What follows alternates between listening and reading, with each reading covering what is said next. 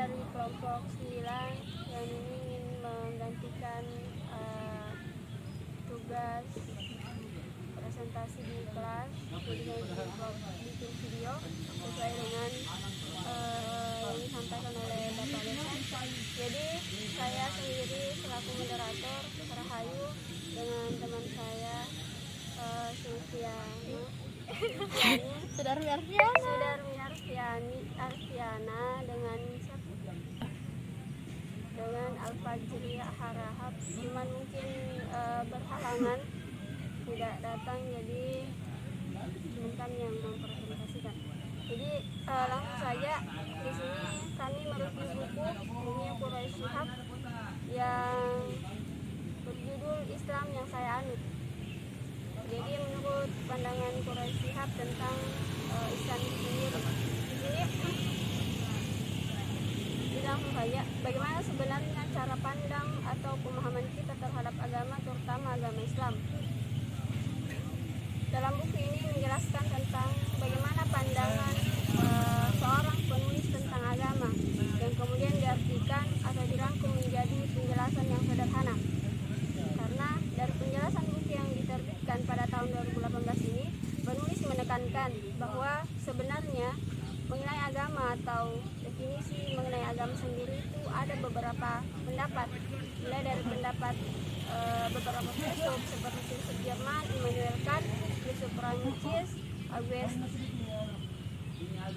Comte, dengan filsuf asal Skotlandia Thomas Carlyle, kemudian pakar biologi Inggris Thomas Henry Huxley, dan beberapa pendapat lainnya. Dari beberapa pendapat yang berbeda-beda yang kemudian penulis berkesimpulan bahwa sebenarnya definisi agama memang sangat sulit untuk mendefinisikannya, karena agama sendiri di samping karena pendapat yang berbeda-beda, agama yang mereka anut pun berbeda-beda. Jadi penafsiran mengenai agama juga berbeda-beda. Nah, kemudian seperti halnya dengan beberapa filsuf dan pakar yang menjelaskan.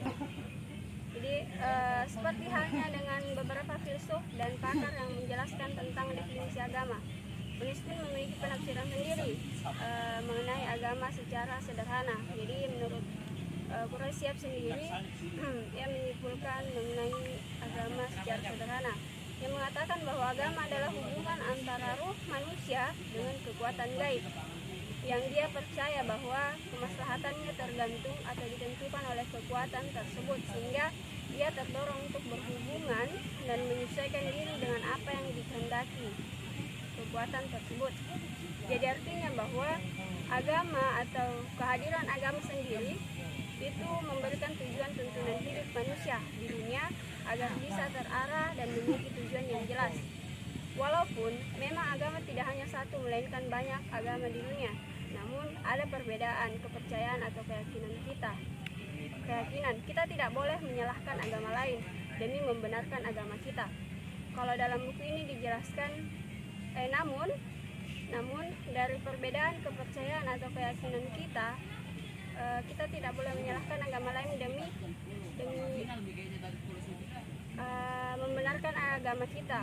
Kalau dalam buku ini dijelaskan bahwa setiap agama memiliki ajarannya masing-masing, dan agama yang kita anut yaitulah agama yang kita yakini. Jadi masing-masing orang atau masing-masing manusia memiliki keyakinan dan kepercayaan, karena keyakinan sendiri berasal dari dalam hati, tidak ada paksaan di dalamnya.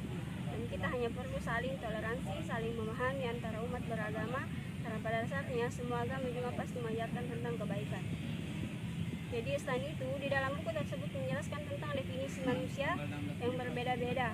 Namun penulis menjelaskan lebih sederhana mengenai definisi manusia itu sendiri agar pembaca mungkin bisa lebih memahami. Kemudian dijelaskan juga bagaimana tugas kekhalifahan manusia. Dan ternyata saya juga baru mengetahui dari buku ini bahwa sebelum Adam diciptakan, karena kita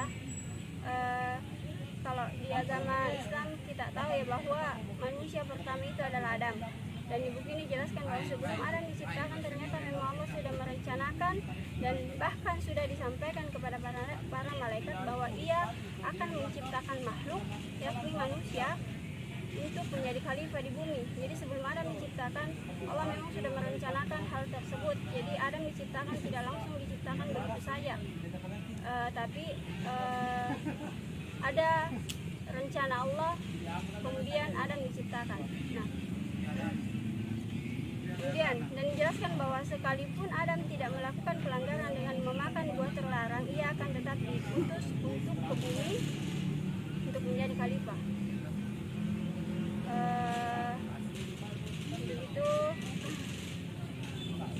saya berikan ke materi kedua, yakni Sudar Martiana mulai dari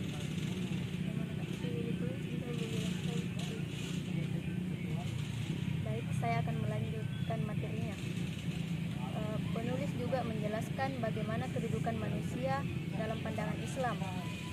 Dan memang manusia dalam pandangan Islam memiliki kedudukan yang sama, meskipun banyak perbedaan kasta, tahta, suku, bahasa, dan lain sebagainya.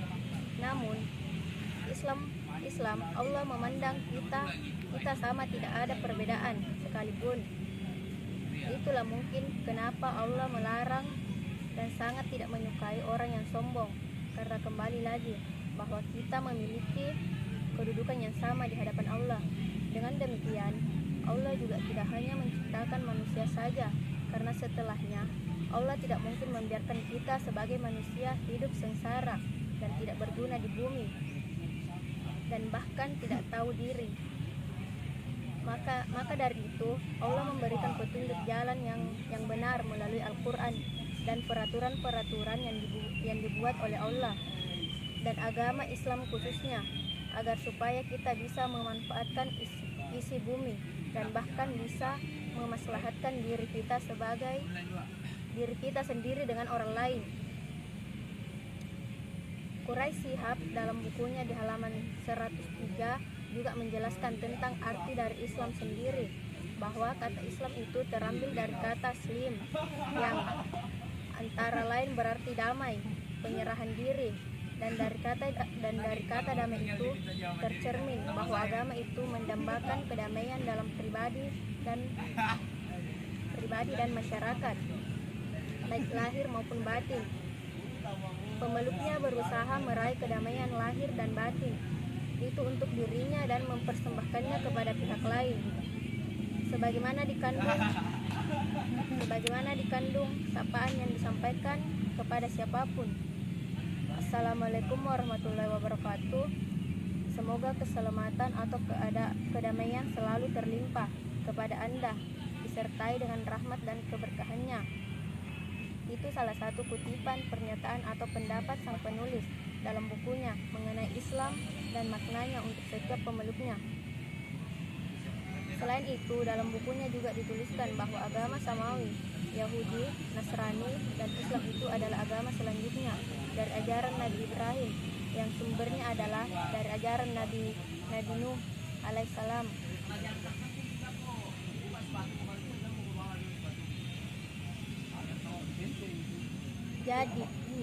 Jadi dalam buku yang ditulis oleh Quraisy Shihab mengantar kita untuk lebih tahu tentang agama Islam.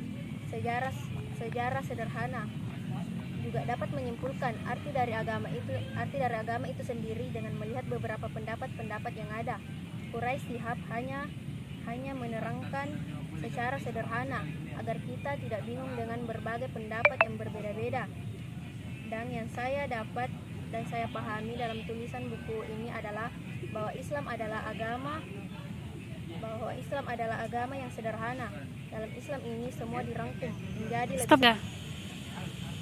dalam Islam semua dirangkum menjadi lebih sederhana dan tidak ada kesulitan di dalamnya. Karena Allah sendiri memberikan petunjuk mengenai apa yang Ia turunkan dan segala peraturan dan ketentuan yang Ia turunkan. Islam berbicara tentang bagaimana agama kita, dan bagaimana kita menjadi muslim yang memiliki tujuan yang jelas serta mengetahui tentang dirinya dan tentang Tuhannya.